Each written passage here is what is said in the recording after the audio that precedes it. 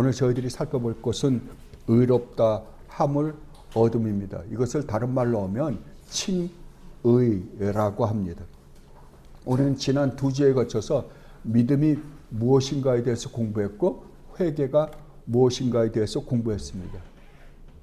믿음과 회개를 공부할 때 우리가 가장 중요하게 생각했던 단어가 무엇이었어요? 은혜라는 단어였습니다. 믿음과 회개는 마치 우리가 하는 것처럼 실제로 우리가 합니다. 그러나 그 믿음과 회개조차도 우리가 할 수 있는 것이 아니라 하나님께서 우리에게 은혜로 허락해 주셔야만 우리가 할 수 있는 것임을 우리는 깨닫게 되었습니다. 그렇다고 한다면 하나님께서 우리를 구원하시기 위하여 무슨 일을 하셨는지가 얼마나 중요한지, 그것을 아는 것이 얼마나 중요한지. 구원은 하나님께서 어떤 조건을 마련해 놓고 우리가 정말 허물과 죄로 죽은 상태에 있는 우리에게 어떤 조건을 만들어 놓고 그 조건을 너희가 충족시켜 주면 너희는 구원을 받을 것이다. 그것이 믿음이 됐건 회개가 됐건 이게 구원이 아니라 하나님이 우리를 구원하시는데 어떤 방법으로 어떻게 구원하셨는가를 보는 것이 성경책입니다. 그것을 우리는 지금 살펴보고 있는 거예요. 분명히 믿음과 회개는 우리가 함에도 불구하고 그 믿음과 회개조차도 우리는 할 수 있는 실력이 있다 없다? 없다고요. 그것마저도 하나님께서 우리에게 선물로 주신 결과로 우리가 믿음을 고백하게 되고 회개를 하게 되었다라는 것을 우리가 알게 되었습니다. 그렇다면 이 의롭다함을 얻는 건요, 의롭다고 인정해 주시는 분은 누굴까요? 하나님이십니다. 여기에 여러분들이 하나 분명히 알아야 될 것, 이 칭의라는 것은 하나님이 우리를 의롭다고 인정해 주시는 것이지 우리가 의인이 되는 건 아닙니다. 우리는 의인이 되지 않습니다. 그래서 루터가 이야기하는 것처럼 우리는 의롭다함을 얻은 죄인입니다. 뭐라고요?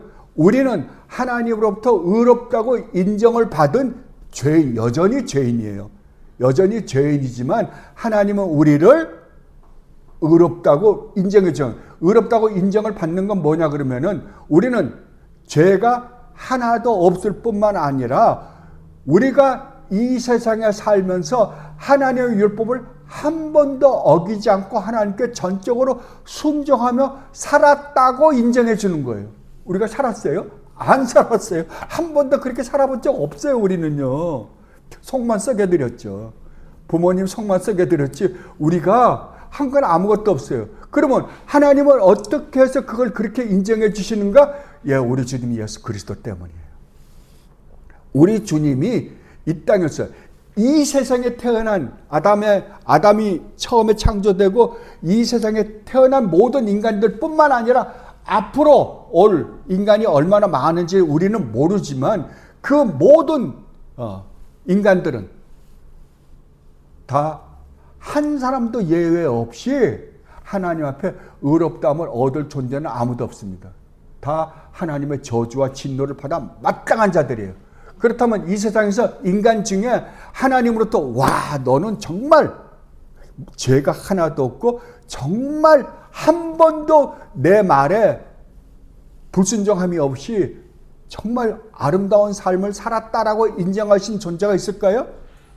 딱 하나 한 분 계시죠. 그게 누구예요? 우리 주님 예수 그리스도죠. 그런데 하나님이 우리를 보고 그렇게 인정해 준다는 거예요. 어떻게 해요? 그 주님이 이 땅에 오셔서 이루신 그것을 우리에게 전가시킨다 그래요.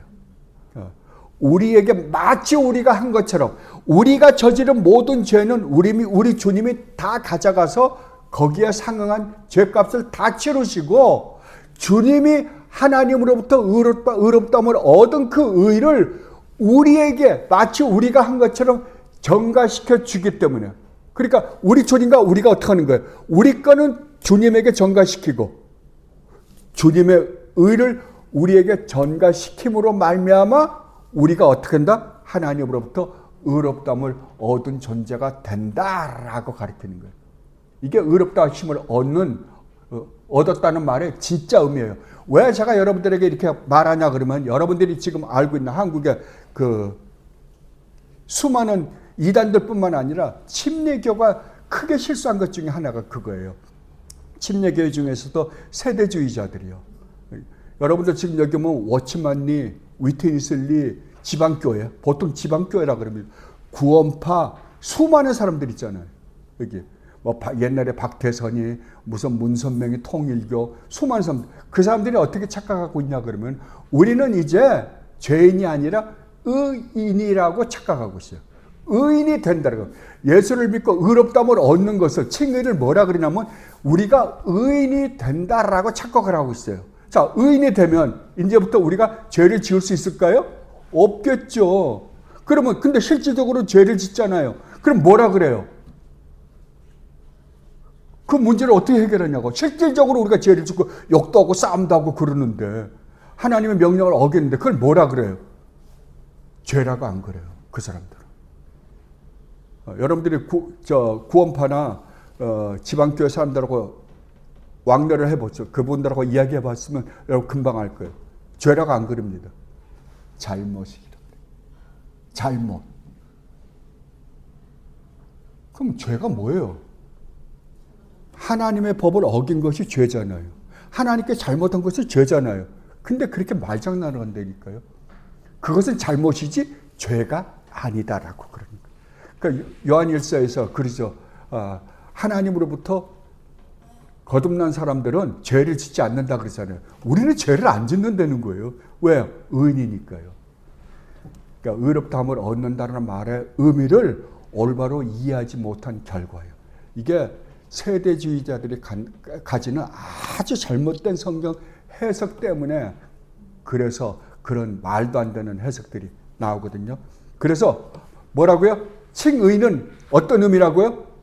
하나님으로부터 예수님의 의를 우리에게 전가시켜 줌으로 말미암아 하나님이 우리를 의롭다고 인정해 주시는 것이지 우리가 의로운 존재가 되는 것은 아니다요.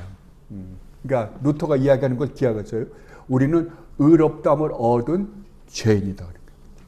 자, 그리고 이제 우리가 이 칭의에 대해서 한번 살펴보도록 하겠습니다. 자, 대리문답, 웨스트민스터 신앙고백 대리문답 70문 이렇게 질문을 합니다. 칭의, 의롭다 하심을 얻는다란 말의 의미는 무엇입니까? 거기에 대한 대답을 이렇게 하고 있습니다. 칭의는 하나님께서 죄인에게 값없이 주시는 은혜의 행위입니다. 하나님은 칭의에서 죄인의 모든 죄를 용서하시고 죄인의 인격을 자신이 보시기에 의롭다고 받아주시며 여겨주십니다. 이때 죄인 안에 이루어진 어떤 것이나 죄인이 행한 어떤 것 때문이 아니라 오직 그리스도의 완전한 순종과 온전한 속죄 때문입니다. 하나님은 그 순종과 속죄를 죄인에게 전가하시고 죄인은 이것들을 오직 믿음으로 받아들입니다. 아멘. 얼마나 요약을 잘했는지 몰라요. 이것을 한번 나눠서 이렇게 한번 생각해 보면요. 칭의는 하나님께서 누구에게? 죄인에게 값없이 주시는 은혜의 행위입니다. 우리가 의인이 되는 거 아니에요? 하나님께서 우리에게 값없이 주는 은혜의 행위다. 그러니까 이 칭의도 뭐다? 은혜라는 거죠. 은혜라는 말은 내가 그러한 은혜를 받을 만한 자격이나 조건이 우리에게는 아무것도 없는데도 불구하고 하나님께서 우리에게 값없이 주시는 선물이에요. 값없이 주시는 선물. 그거를 로마서 3장 22절로 24절 25절 말씀에 이렇게 기록되어 있습니다. 곧 예수 그리스도를 믿음으로 말미암아 모든 믿는 자에게 미치는 하나님의 의인이 차별이 없느니라. 그리스도 예수 안에 있는 속량으로 말미암아, 이게 속량이 어디에 있는 거예요? 그리스도 안에 있는 거예요. 우리에게 있지 않아요. 말미암아 은혜로 값없이 의롭다 하심을 얻은 자 되었느니라. 이 예수를 하나님이 그의 피로써 믿음으로 말미암는 화목제물로 세우셨으니 이는 하나님께서 길이 참으시는 중에 전에 지은 죄를 간과하심으로 자기의 의로우심을 나타내려 하심이니. 뭐라고요? 그러니까 우리가 의인이 되는 거예요? 아니에요. 우리는 여전히 죄인임에도 불구하고 하나님은 우리를 하나님 심판대 앞에서 뭐라 그런다고요? 너는 의로운 존재다라고 이야기하는 거예요. 누구 때문에요? 우리 주님 예수 그리스도 때문에요. 그러니까 구원은 한마디로 이야기하면 은혜예요. 그래서 기독교와 다른 종교의 다른 점이 무엇인가 라고 하면 딱 한 단어밖에 다른 게 없어요. 다른 모든 종교는 자력 구원이에요. 내가 하는 거예요. 기독교는요, 은혜예요. 이것만 다릅니다. 그래서 기독교가 다른 종교, 다른 점이 무엇이냐 그러면 여러분 딱 한마디로 이야기해서 기독교는 은혜의 종교입니다. 은혜의 종교입니다. 예. 그럼 우리가 할 수 있는 건요, 아무것도 없습니다. 아무것도 없어요. 우리에게 주어진, 우리가 가지고 있는 그 어떤 지식, 우리가 가지고 있던 어떤 감동, 우리가 가지고 있던 어떤 의지, 모든 종교적인 행위는 하나님께서 우리에게 선물로 주신, 은혜로 주신 것에 대한 반응이에요. 반응. 그래서 자랑할 것이 아무것도 없다. 자랑할 것이 아무것도 없다. 왜? 우리에서 나온 것이 아무것도 없기 때문입니다. 그리고 또 다음 문장을 한번 살펴보면요. 하나님은 칭의해서 죄인의 모든 죄를 용서하시고 죄인의 인격을 자신이 보시기에 의롭다고 받아주시며 여겨주십니다. 여겨주신다는 것은 그런 존재가 아닌데 하나님께서 인정해 주시는 것이다 라고 그러는 거예요. 예. 그 고린도서 5장 19절로 21절 말씀을 보면 이렇게 기록되어 있습니다. 곧 하나님께서 그리스도 안에 계시사 세상을 자기와 화목하게 하시며, 누가요? 우리가 하나님과 화목하게 해달라고 해본 적도 없고요. 우리가 하나님과 화목하게 하고 싶어서 뭘 해본 적이 아무것도 없죠. 하나님께서 그리스도 안에 계시사 세상을 자기와 화목하게 하시며 그들의 죄를 그들에게 돌리지 아니하시고 화목하게 하는 말씀을 우리에게 부탁하셨느니라. 하나님이 죄를 알지도 못하신 이를, 이분이 누구세요? 우리 주님 예수 그리스도죠. 우리를 대신하여 죄로 삼으신 것은, 우리 주님은 죄가 없으세요? 근데 죄로 삼았다는 것은 우리의 죄를 몽땅 다 우리 주님에게 뒤집어 씌우셔서 이 말이에요. 우리로 하여금, 그렇게 해서 우리로 하여금 그 안에서 하나님의 의가 되게 하려 하십니다. 다른 말로 하면 예수 그리스도의 의를 우리에게 전가해서 우리로 하여금 의롭다함을 얻게 하셨느니라 이 말이에요. 지금 하나님의 의가 되게 했다는 말은 예수 그리스도의 의를 우리에게 전가시켜 주셔서 우리로 하여금 하나님 앞에 의롭다함을 얻게 하셨다는 말이 그 안에서 하나님의 의가 되게 하려 하셨다라고 이야기해요. 그러니까 의롭다함을 얻는다라는 것은 뭐라고요? 죄가 하나도 없어야 될 뿐만 아니라 플러스 행위가 항상 올바라야 돼요. 행위가 올바르다는 것은 율법을 온전히 지켜야 된다 이 말이에요. 그래야지 하나님 말씀에 전적으로 순종한다는 말은 하나님이 세우신 율법을 온전히 지킨다는 거잖아요. 근데 우리는 그렇게 해본 적이 없는데도 불구하고 그것을 행하신 우리 주님의 그 의를 우리에게 전가시켜서, 그러면 여러분이 진실되게 예수를 믿는다라고 한다면 여러분은 어떤 존재들이에요? 하나님 앞에 심판대 앞에 가면 여러분은 어떤 존재들이에요? 예. 하나님은 여러분은 내가 죄를 지었는데 하나님 앞에 가면 어떡하나 그러고 불안해서 갔다고 쳐요. 근데 하나님 뭐라 그러신다고요? 너는 한 번도 나 앞에 죄를 지어본 적이 없는 아이들이야 라고 인정해 준다는 거죠. 실제로는 우리는 아닌데도 불구하고. 누구 때문에? 우리 주님 때문에. 이것을 복음이라고 그러는 거예요. 이게 굿뉴스예요. 굿뉴스. 그리고 세 번째로, 이때 죄인 안에 이루어진 어떤 것이나 죄인이 행한 어떤 것 때문이 아니다라는 거예요. 여기서 이 말을 여기에 집어넣은 이유는 뭐냐 그러면, 인간에게는 우리가 하나님 앞에 의롭다면 얻을 만한 어떤 조건이나 근거가 우리에게는 아무것도 없다. 아무것도 없다. 아무것도. 근데 우리는 자꾸만 우리의 구원을 어디로, 무엇을 기준으로 해서 자꾸만 평가를 내려고 그래요. 우리예요, 우리. 내가 기도를 열심히 했느냐, 교회를 한 번도 안 빠졌느냐, 새벽 기도 나왔느냐, 11조를 열심히 냈느냐, 맨 이런 거잖아요. 내가 종교적인 활동을 얼마나 했느냐. 큰 기도를 하루에 4시간씩 열심히 하면 그래도 뭔가 한 것 같고, 그럼 구원 받은 것 같아. 근데 그렇지 않으면 내가 이러고도 구원받았다 그럴 수 있나? 그 초점이 어디 있어요? 우리에게 있다니까요. 그러나 초점이 어디에 있어야 돼요? 하나님 말씀에 있어야 돼요. 하나님이 그렇다 그러면은 그렇습니다 그러고 받아들이는 거예요. 이게 믿음이에요. 하나님이 그렇다고 이야기를 말씀하시는데 우리 아닌가 봐. 난 그렇게 못 사는데. 그렇게 이야기하면 하나님 말씀 믿는 거예요? 안 믿는 거잖아요. 그래서 우리가 세상을 이기는 힘은 어디에 있다고요? 우리의 믿음이 있단 말이에요. 믿음이 있다고. 세상의 모든 유혹. 우리는 지금 우리 자신을 중심으로 해서 생각하는 생각에 꽉 쌓여져 있는 사람들이에요. 나를 중심으로 해서. 그러나 하나님은 우리를 중심으로 해서 생각하지 말라 그러시는 거예요. 누구를 중심해서 생각하라는 거예요? 하나님, 우리 주님 예수 그리스도를 중심으로 해서 생각하라는 거예요. 그분을 바라보면 구원의 확신이 있고요. 나를 바라보면 구원의 확신은 없습니다. 그래서 이러한 것을 우리에게 가르쳐 주시는 거예요. 그러니까 여러분 이제부터는 2번 다시 우리 안에서 구원의 근거를 찾으려고 하지 마세요. 없어요. 그럼 우리 구원의 근거를 우리는 어디서 찾는다? 우리 주님 예수 그리스도에게 찾으세요.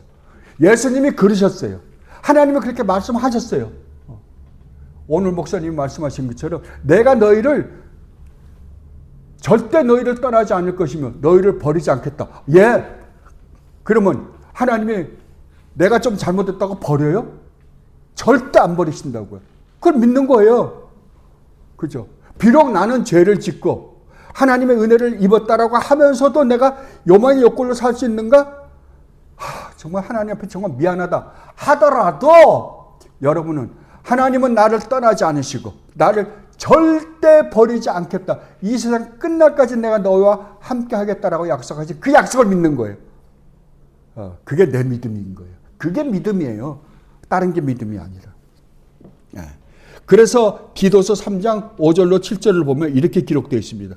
우리를 구원하시되 우리가 행한 바 의로운 행위로 말미암지 아니하고 오직 하나님의 긍휼하심을 따라 중생의 씻음과 거듭남의 씻음과 성령의 새롭게 하심으로 하셨나니 우리로 그의 은혜로 힘입어 의롭다 하심을 얻어 영생의 소망을 따라 상속자가 되게 하려 하심이라. 아멘. 이 축복을 받은 사람들이 누구라고요? 예수님을 믿는다라고 고백하는 여러분, 저와 여러분들이라고 사도 바울이 이렇게 가르쳐주고 있는 거예요. 그리고 4번째로 오직 그리스도의 완전한 순종과 온전한 속죄 때문입니다. 그러니까 우리에게는 어떤 근거나 조건이 아무것도 없는데 뭐 하는데 하나님으로부터 의롭다함을 얻는데 아무런 근거나 조건이 없는데 우리가 하나님으로부터 그러한 의롭다함을 얻는 근거와 조건은 누구에게 있느냐? 오직 우리 주님 예수 그리스도의 완전한 하나님에 대한 순종과 그분의 십자가의 속죄 때문입니다 라고 이야기하는 거예요. 하나님은 그 순종과 속죄를 죄인에게 전가해 주셨다는 거예요. 순종은 우리 주님이 이 땅에 오셔서 하나님의 율법을 온전히 지켜주시고, 또 속죄는 십자가에서 우리가 받아야 될 그 무시무시한 죄의 형벌을 대신 받아주심으로 말미암아 우리로 하여금 그 형벌을 받게 하지 않게 함으로 말미암아 우리로 하여금 하나님으로부터 의롭다함을 얻게 해 주셨다라고 이야기하고 있어요. 이것을 로마서 5장 17절로 19절에서 이렇게 말씀하십니다. 한 사람의 범죄로 말미암아 사망이 그 한 사람을 통하여 왕노릇하였은즉 더욱 은혜와 의의 선물을 넘치게 받는 자들은 한 분 예수 그리스도를 통하여 생명 안에서 왕노릇하리로다. 그러니까 한 사람 아담 때문에 우리가 죄인이 되었다라고 한다면 한 사람 순종하신 우리 주님 예수 그리스도 때문에 우리는 어떻게 한다? 의롭다함을 얻는다 이 말이에요. 그런즉 한 범죄로 많은 사람이 정죄에 이른 것 같이 한 의로운 행위를 하신 우리 주님 예수 그리스도로 말미암아 많은 사람이 의롭다 하심을 받아 생명에 이르렀느니라. 한 사람이 순종하지 아니함으로 많은 사람이 죄인 된 것 같이 한 사람 우리 주님 예수 그리스도의 순종하심으로 많은 사람들이 의인이 되리라. 그래서 이것을 아담 안에서 모든 사람이 타락한 것 같이 그리스도 안에서 모든 사람이 구원을 받는다 그래요. 고린도서에서 그렇게 이야기하거든. 보세요. 모든 사람이라 그러니까 이 세상 모든 사람이라 그러는데 아담 안에서 모든 사람이 타락했다 그러면 그때 모든 사람은 누구예요? 이 세상에 태어난 모든 사람이에요. 그죠? 한 사람도 예외가 없어요. 인간이라고 하면. 아담 안에서 타락한 모든 사람이니까. 그러면 그리스도 안에서 모든 사람이 의롭다함을 얻었다는 건 이 세상에 태어난 모든 사람이 아니라 그리스도 안에 있는 모든 사람이잖아요. 그죠? 그건 예수를 믿는 사람들이겠죠. 하나님의 택하심을 받은 사람들. 또 다른 말로 남은 자. 그죠? 그래서 모든 사람은 똑같은데 그 숫자가 다른 거예요. 포함되는 숫자가. 아담 안에서 타락한 모든 사람은 전 인류를 말하는데 그리스도 안에서 의롭다함을 얻은 모든 사람은 한정되어 있단 말이에요. 하나님의 택하신 백성, 예수를 믿는 사람, 남은 자. 여러분들이 그러니까 성경을 읽으실 때 그런 모든 사람이라는 단어 자체도 여러분들이 조금 생각해서 넘어가면 금방 이해가 될 것입니다. 그래서 그거 모든 사람이라 그랬다고 해가지고 사람들이 뭐냐면 보편 구원론을 만들어냈어요. 근데 거기에 모든 사람은 절대 아닙니다. 죄인은 이것들을 오직 믿음으로만 받아들입니다. 근데 이 믿음이 어떤 믿음이라고요? 요즘번 우리 믿음을 공부할 때 했잖아요. 예, 하나님께서 우리에게 허락하신 선물로 주신 믿음입니다. 이거 갈라디아서 2장 16절에서 이렇게 이야기합니다. 사람이 의롭게 되는 것은 율법의 행위로 말미암음이 아니요 오직 예수 그리스도를 믿음으로 말미암는 줄 알므로 우리도 그리스도 예수를 믿나니 이는 우리가 율법의 행위로서가 아니고 그리스도를 믿음으로써 의롭다함을 얻으려 함이라.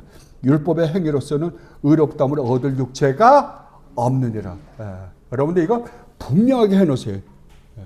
그러니까 이제는 여러분 안에서 구원의 의미나 구원의 근거나 조건은 절대 찾지 마세요.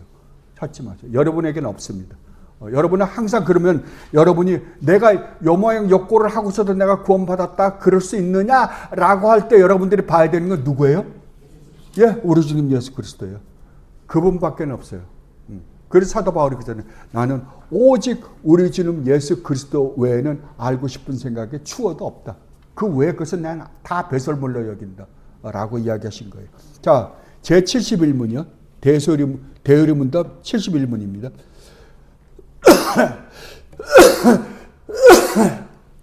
아까 70문에서는 칭의, 의롭다함을 얻는다는 말의 의미가 무엇인지에 대해서 우리가 살펴봤잖아요. 71문은 이렇게 질문합니다. 칭의는 어떻게 하나님께서 값없이 주시는 은혜의 행위가 됩니까? 어떻게? 칭의가 어떻게 해서 하나님의 값없이 은혜로 주시는 행위가 됩니까? 라고 물어보는 거예요. 거기에 대한 대답을 이렇게 하고 있습니다. 비록 그리스도께서 의롭다 하심을 받은 자들을 대신하여 자신의 순종과 죽음으로 하나님의 공의를 만족시키는 합당하며 참되며 완전한 배상을 하였을지라도 하나님께서 그들에게 요구하실 수도 있었던 그 배상을 보증인에게 받으신 만큼 그리고 자신의 유일한 독생자를 이 보증인으로 제공하셨던 만큼 그들의 칭의는 그들에게 갚는 은혜가 됩니다. 이때 하나님은 그리스도의 의를 그들에게 전가하시고 믿음 이외에 그 어떤 것도 그들에게 그들의 칭의로 요구하시지 않는데 이 믿음 또한 하나님의 선물입니다. 참 어떻게 우리 믿음의 선배들 이렇게까지 잘 가르쳐 놓았어요. 오늘날은 이것들을 가르치지 않으니까 문제죠. 완벽하게 정리해 놨습니다. 이거를 하나하나 살펴보면 그리스도의 완전한 배상이 있을지라도, 자, 우리 주님이 완전하게 다 우리를 구원했어요. 우리에게 필요한 조건을 다 마련하셨어요. 마련했다고 하더라도 이야기하는 거예요, 이제. 비록 그리스도께서 의롭다 하심을 받은 자들을 대신하여 자신의 순종과 죽음으로 하나님의 공의를 만족시키는 합당하며 참되며 완전한 배상을 하셨을지라도, 그러니까 예수님이 우리를 구원하시기 위하여 모든 조건을 다 만족했다 이거예요. 만족시켰다 하더라도 이것이 우리에게 적용이 안 되면 아무 의미가 없잖아요.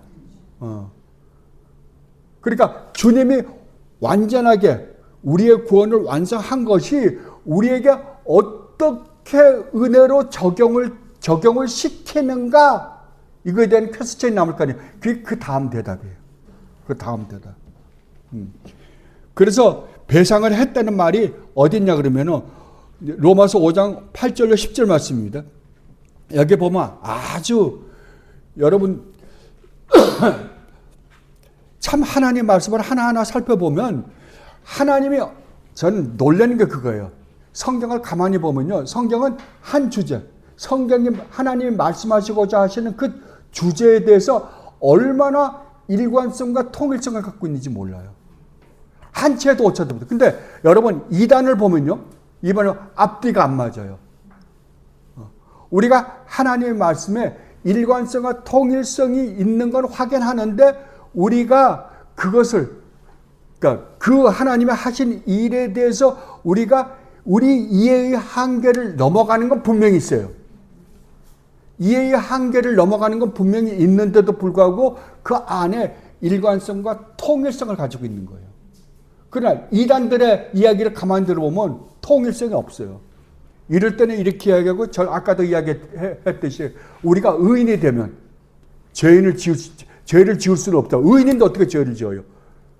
근데 실질적으로 죄를 짓는단 말이에요. 그러니까 그 말 장난을 시키잖아요. 우리가 잘못하는 것은 죄가 아니라 잘못이다. 잘못이나 죄나 뭐가 달라요? 그 말이지. 하나님께 잘못한 게 죄 아니에요? 근데 그런 말장난들을 시킨다니까요. 그래서 5장 8절로 10절을 보면 이렇게 기록되어 있습니다. 우리가 아직 뭐 했을 때? 죄인 되었을 때. 여러분이 언제 구원받았냐 그러면 하나님이 여러분을 구원하시기 위하여 우리 주님을 보내서 여러분을 먼저 구원했어요. 여러분에게 그것을 하나님이 우리 주님 예수 그리스도를 통하여 여러분을 구원하신 그 구원을 우리에게 알려주기도 전에 우리 주님께서 2000년 전에 여러분들을 구원하셨다니까요. 하셨는데 때가 되자 성령 하나님을 보내서 내가 이렇게 해서 너희는 내가 택한 내 새끼들이다 라고 가르쳐 준 건 현실이에요. 그죠? 구원은 언제 끝났다? 우리 주님이 이 땅에 오셔서 하나님의 율법을 다 지키시고 십자가에서 우리 대신 우리가 우리 태어나지도 않았으니까 우리가 저지를 모든 죄값을 주님이 치러주시고 이미 구원은 우리 주님 예수 그리스도 안에 있는 거예요. 이걸 언제부터 계획했다? 창세 전부터 계획했다고요. 그러면 이미 우리 구원은 아직 주님은 세상에 오지 않았어요. 그러나 하나님께서 그 계획을 우리 주님 예수 그리스도 안에서 했다라고 한다면 그 구원은 이미, 왜냐하면 하나님은 전능하신 분이시기 때문에 하나님은 그 일을 반드시 이루실 거 아니에요. 그렇다고 한다면 창세 전에 우리는 예수 그리스도 안에서 이미 구원을 받은 존재들이라니까요. 받은 존재들이에요. 그거를 우리 주님이 실제로 2000년 전에 이 땅에 오셔서 그 일을 이루셨고 그 이루신 그것을 우리가 이 땅에 태어난 이후에 또 때가 되자 성령 하나님을 보내서 우리에게 너는 내 새끼야. 내가 너를 내 새끼로 만들어 영원히 같이 살고 싶어서 내가 이런 일을 하고 너를 구해낸 하나님이야. 네 아버지야. 그리고 가르쳐 주시는 거예요. 그걸 알고 내가 그런 존재예요? 그리고 깨닫고 예수님을 믿는다라고 고백하는 거예요. 이게 복음이에요. 그래서 우리가 언제 그랬다? 우리가 아직 죄인 되었을 때, 우리는 아무것도 모르고 죄만 짓고 있을 때 그리스도께서 우리를 위하여 죽으심으로 하나님께서 우리에 대한 자기의 사랑을 확증하셨느냐. 우리는 뭐하고 있을 때예요? 죄만 짓고 있을 때. 우리는 아직도 몰라요. 근데 그때 하나님은 우리 주님 예수 그리스도 안에서 그 일을 이루셨다니까요. 그러면 이제 우리가 그의 피로 말미암아 의롭다 하심을 받았으니 더욱 그로 말미암아 진노하심에서 구원을 받을 것이니 곧 우리가 원수 되었을 때 하나님께 가장 못되게 하나님을 비웃고 조롱하고 하나님 말씀에 거절하며 살고 있을 때 그 아들의 죽으심으로 말미암아 하나님이 화목하게 되었은즉 화목하게 된 자로서는 더욱 그의 살아나심으로 말미암아 구원을 받을 것입니다. 그러니까 우리가 아직 죄인 되었을 때, 우리가 가장 하나님 앞에 말도 안 되는 삶을 살고 있을 때 하나님이 우리 주님 예수 그리스도를 통하여 보내셔서 그 일을 이루셨다고 한다면 이제 와서 내가 너희들을 포기하겠느냐 이 말이에요. 포기하겠느냐? 포기할까요? 안 하죠. 절대 안 하죠. 할 수가 없죠. 하나님께 그 어마어마한 영원전부터 영원히 아드님이신 유일무이한 독생자이신 우리 주님 예수 그리스도 아들까지 보내서 죽이시기까지 하고 나를 구원한다. 하나님 이제 포기한다면 처음부터 그 일을 안 하시면 되지. 그렇잖아요. 그러니까 너희가 얻은 구원이 뭔지 정확하게 이해를 하고 있어라 라고 이야기하는 거예요 지금. 그리고 두 번째로요. 하나님께서 그들에게 요구하실 수 있었던 그 배상을 보증인에게 받으신 만큼. 보증인은 누구예요? 우리 주님 예수 그리스도죠. 우리 주님 예수 그리스도에게 받으신 만큼 그리고 자신의 유일한 독생자를 이 보증인으로 제공하셨던 만큼. 그러니까 하나님이 우리를 의롭다함을 얻게 한 근거와 조건은 오직 누구에게만 있다? 우리 주님 예수 그리스도에게만 있다라고 말씀하시는 거예요. 그래서 마가복음에 보면, 마태복음에 보면 마태복음 20장 28절에서 이렇게 말씀하십니다. 인자가 온 것은 섬김을 받으려 함이 아니라 도리어 섬기려 하고 자기 목숨을 많은 사람의 대속물로 주려 함이니라. 그리고 이사야서 53장, 여러분들이 잘 아시는 이사야서 53장에 보면 이사야는 언제적 사람이냐 그러면 주님이 오시기 700년 전 사람입니다. 근데 그때에 이미 이것을 완벽하게 예언해 놓으셨어요. 고난받으실, 장차 오셔서 고난받으실 우리 주님 예수 그리스도에서 이렇게 완벽하게 예언하실 수가 없어요. 700년 후에 될 일인데. 자, 보십시다. 그는 실로, 여기서 그는 우리 주님이십니다. 주님은, 예수 그리스도는 실로 우리의 질고를 지고 우리의 슬픔을 당하였거늘 우리는 생각하기를 그는 징벌을 받아 하나님께 맞으며 고난을 당한다 하였노라. 이게 제자들이 그랬었죠. 주님을 따라다닌 사람들이 다 그랬잖아요. 그거 다 도망갔잖아요. 그가 찔림은 우리의 허물 때문이요 그가 상함은 우리의 죄악 때문이라. 그가 징계를 받음으로 우리는 평화를 누리고 그가 채찍에 맞음으로 우리는 나음을 받았더라. 우리는 다 양 같아서 그릇 행하여 각기 제 길로 갔거늘 여호와께서는 우리 모두의 죄악을 그에게 담당시키셨도다. 여호와께서 그에게 상함을 받게 하시기를 원하사 질고를 당하게 하셨은즉 그의 영혼을 속건제물로 드리기에 이르면 그가 씨를 보게 되면, 여기 씨는 누구냐 그러면 우리들입니다. 그의 날은 길 것이요 또 그의 손으로 여호와께서 기뻐하시는 뜻을 성취하리로다. 그가 자기 영혼에 수고한 것을 보고 만족하게 여길 것이라. 나의 의로운 종이 자기 지식으로 많은 사람을 의롭게 하며 또 그들의 죄악을 친히 담당하리로다. 그러므로 내가 그에게 존귀한 자와 함께 몫을 받게 하며 강한 자와 함께 탈취한 것을 나누게 하려니 이는 그가 자기 영혼을 버려 사망에 이르게 하며 범죄자 중 하나로 헤아림을 받았음이니라. 그러나 그가 많은 사람의 죄를 담당하며 범죄자들 위하여 기도하였느니라. 아멘. 이게 700년 전에 예언해 놓은 거라니까. 근데 우리 주님이 오셔서 그대로 하셨잖아요. 한 채 오차도 없이. 이게 성경의 무서운 일입니다. 무서운 점이에요. 그렇다고 한다면 과거에 예언했던 것이 700년 전에 이야기했던 그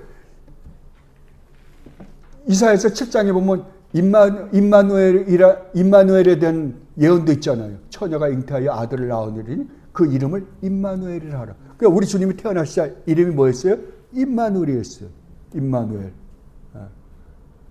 그렇다면 지금까지 창세기서부터 계속 우리 주님 오실 때까지 그 예언했던 모든 것이 우리 주님 예수 그리스도 안에서 완전히 성취되었다라고 한다면 앞으로는 어떨까요?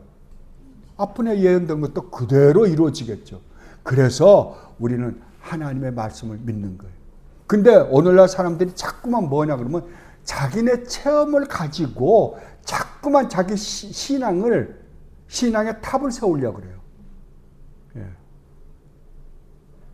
근데 사람들이 그걸 들으면 그런 간증을 들으면 그럴듯해요. 그러면 그 사람들이 원하는 게 뭘까요? 자기도 그런 체험을 하고 싶어 하겠죠. 그런데 혹시 그 사람의 체험이 옳다 하더라도 하나님 체험을 통해서는 일을 안 하신다 그래요. 안 하신다 그래요.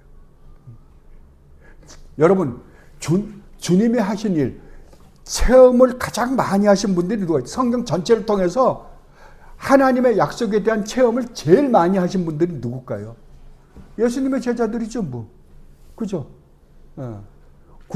구약에는 예수님에 대한 예언이니까 그걸 어렴풋이 봤다 하더라도 직접 예수님은 못 봤잖아요. 뭐 어떤 모세 때의 기적, 그 다음에 엘리야 때의 어떤 기적을 봤다 하더라도 그건 단편적인 기적들이에요. 그러나 예수님이 오신 다음에 예수님이 공생애를 시작할 때는 3년 넘게 제자들은 12제자들은 3년 넘게 쫓아다녔어요.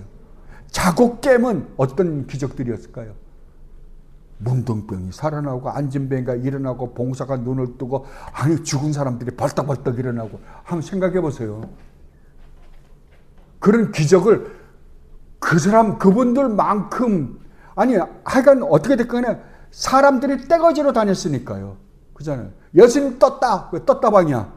예수님이 딱 떴다 그러면 사람들이 다 동네 사람들 다 몰리잖아요. 몇만 명씩 모였다니까. 그때 조그마한 부락 하나에 전체 인구가 다 해봐야 얼마나 되겠어요?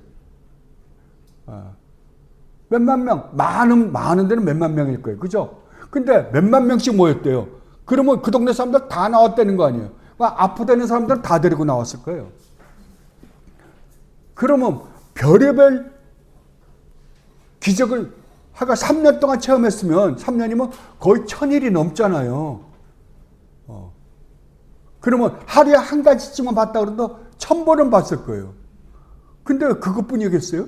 오병이어의 기적, 뭐 물 위로 걸어오시고 별의별 기적을 다 봤어요. 근데 어떻게 했다? 토꼈다 그러는 거예요. 마지막에 예수님 십자가로 가시자 다 도망갔다니까. 그러니까 체험으로 우리가 신앙을 가질 수 있다라고 한다면 그분들만한 체험이 어디 있겠어요? 근데 주님이 뭐라 그러세요? 체험으로는 믿음이 안 생긴다 그러는 거예요. 믿음이 안 생긴다. 뭘로? 너희가 모세와 선지자들이 기록한 하나님의 말씀을 믿지 않는다고 한다면 비록 죽은 너희 아버지가 살아 돌아와서 예수를 믿어야 된다라고 말한다 하더라도 믿는다 안 믿는다? 안 믿는다고 분명히 누가복음에서 이야기하잖아요. 그럼에도 불구하고 우리 오늘날은 끊임없이 체험이에요. 끊임없이 체험. 왜 그래요? 이게 슐라이마가 아주 잘못한 거예요. 왜냐면 한동안 계몽운동이 일어나고 난 다음에 이성주의가 판을 쳤어요. 예를 들면 칸트라든지 헤겔이라든지 이러한 철학자들이 이성주의자들이 그러니까 이성으로 모든 걸 해결할 수 있다. 근데 해결돼요? 안 돼요. 그러니까 뭐라 그러냐면 그러니까 우리가 모르는 어떤 신적인 존재, 초자연적인 존재는 우리가 이성을 가지고 그분을 알아낼 수 있는 방법은 없다. 전혀 없다. 그러니까 우리가 추론해서 알 수 있는 방법은 유일하게 도덕밖에 없거든요. 도덕이 있다라고 하는 것은 동물들은 도덕이 없잖아요. 근데 도덕과 윤리가 있다라고 하는 것은 어떤 완전한 도덕을 가지신 어떤 존재가 있을 것이다. 그분을 하나님이라고 하면 하나님이라고 할 수 있겠다. 이 칸트가 주장한 거예요. 예. 그러니까 거기까지밖에는 안 돼요. 근데 그거 가지고는 절대 이성을 갖고는 안 된다. 그러면 어떻게 한다? 하나님은 우리가 느끼는 거라는 거죠. 느끼는 거. 그게 슐라이마가 주장한 거예요. 예. 그래서 이게 계시의 종교가 체험의 종교로 바뀌어버린 거예요. 그러니까 그냥 바뀌는 게 아닙니다. 세상의 사고의 사조와 함께 변질되게 돼 있어요. 그러자 나중에 무슨 니체라든지 그다음에 리츄리라든지 이런 사람들이 뭐라 그러냐면 아니다. 이성도 아니고 느낌도 아니다. 어떻게 해서든지 이걸 섞어서 우리 인간의 힘으로 해결해 보려고 했던 거예요. 근데 해결이 돼요? 안 됩니다. 절대 안 됩니다. 우리 인간은 알 수 없어요. 어떻게 초월적인 하나님을 스스로 존재하시는 하나님은 우리 인간의 이성이나 우리의 감성이나 우리의 의지를 가지고 어떻게 그걸 알 수 있겠어요. 그리고 또 이렇게 말씀하십니다. 이때 하나님은 그리스도의 의를 그들에게 전가하시고. 그러니까 우리는 전가된 우리 주님의 의를 가지고 하나님으로부터 의롭다함을 얻는 거지 우리 거는 아무것도 없다라고 이야기하는 거죠. 그런데 이것을 믿음 이외에 그 어떤 것도 그들의 칭의로 요구하시지 않는다. 그러니까 하나님이 딱 한 가지 요구하는데 그건 뭐냐 그러면 믿음이라는 거예요. 제가 믿음을 공부할 때 여러분들에게 분명히 말씀하셨습니다. 믿음은 우리에게서 나온다가 아니에요. 믿음은 동사가 아닙니다. 하나님이 우리를 구원하시는 도구, 우리 주님이 완성하신 그 구원을 우리에게 적용시키는 도구로 사용하시는 것이 무엇이냐? 믿음이라는 거예요. 믿음. 그런데 그 믿음을 선물로 받자 우리가 어떻게 고백하는 거예요? 회개하고 예수님을 믿습니다라고 고백하는 거예요. 그것은 하나님께서 우리에게 선물로 주신 것에 대한 반응이죠. 결국 주체는 누구예요? 하나님이세요. 그래서 그들의 칭의는 그들에게 갚는 은혜가 됩니다라고 이야기하는 거예요. 은혜가 됩니다. 그래서 이 칭의도 결국은 은혜의 산물입니다. 그럼 믿음은 뭐냐? 이 믿음 또한 하나님의 선물입니다. 그러니까. 야, 얼마나 이렇게. 그 에베소서 2장 8절에 보면 이렇게 기록되어 있습니다. 너희는 그 은혜에 의하여 믿음으로 말미암아 구원을 받았으니. 그러니까 구원은 은혜로 받는 거예요. 은혜로 받는데 뭘 통해서? 믿음을 통해서요. 근데 그 믿음은 어떤 믿음이냐? 이것은 믿음입니다. 믿음은 너희에게서 난 것이 아니요 하나님의 선물입니다. 이게 결론입니다. 예. 그러면 여러분은 하나님으로부터 의롭다함을 얻은 죄인들입니다. 여러분들이 정말 예수님을 진실되게 믿으시는 분들이라고 한다면 여러분은 이미 하나님으로부터 의롭다함을 인정받은 죄인이에요. 근데 마침 여러분들이 세상에서 죄를 짓는단 말이에요. 그럼 어떻게 될까?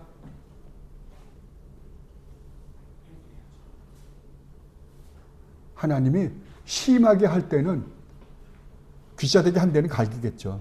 정신 차리라고. 그러나 여러분에게 주어진 이 의는 잃어버릴 수 있다 없다? 없다고요. 절대 없습니다. 절대 없습니다. 왜요?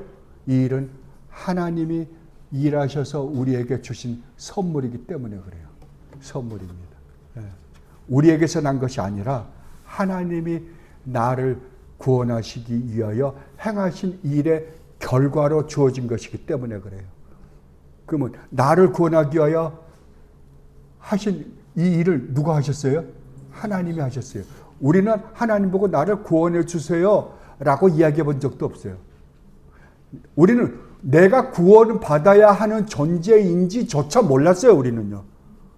몰랐을 때 하나님이 그 일을 다 하시고 우리 주님 예수 그리스도 벌써 다 하시고 그 하신 일을 우리에게 하나하나 가르쳐 주는 거예요. 그게 어디 기록되어 있어요? 여기요. 그러니까 성경책은 하나님이 우리를 구원하시기 위하여 하신 일에 대한 기록이에요.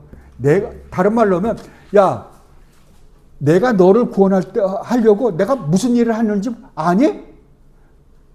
볼래? 그리고서 차근차근 설명해 주시는 거예요. 그래서 내가 너를 구원하기 위하여 이렇게 엄청난 일을 저지르고 내가 너를 구원했단 말이야, 임마. 너 이제 어떻게 살래? 이거예요. 그 구원의 놀라운 은혜를 알자 우리는 어떻게 산다고요? 예, 아버지, 아버지 말씀을 순종하며 살겠습니다. 라고 이야기하는 거예요. 이게 구원입니다. 이 구원을 여러분 확실하게 가지고 정말 아버지께 나를 구원하기 위하여 이렇게 어마어마한 일을 벌리시고 나를 구원하신 하나님께 감사와 찬양과 영광을 돌리며 사는 여러분들이 되시기를 진심으로 바랍니다. 기도하겠습니다. 아버지, 정말로 고맙습니다. 우리는 여전히 죄를 짓는데도 불구하고 아버지는 저희들을 의롭다고 인정해 주시니 이 얼마나 크신 은혜입니까? 아버지, 그에 걸맞는 삶을 살도록 노력하겠습니다. 감사하며 우리 주님 예수 그리스도 이름으로 기도드립나이다. 아멘.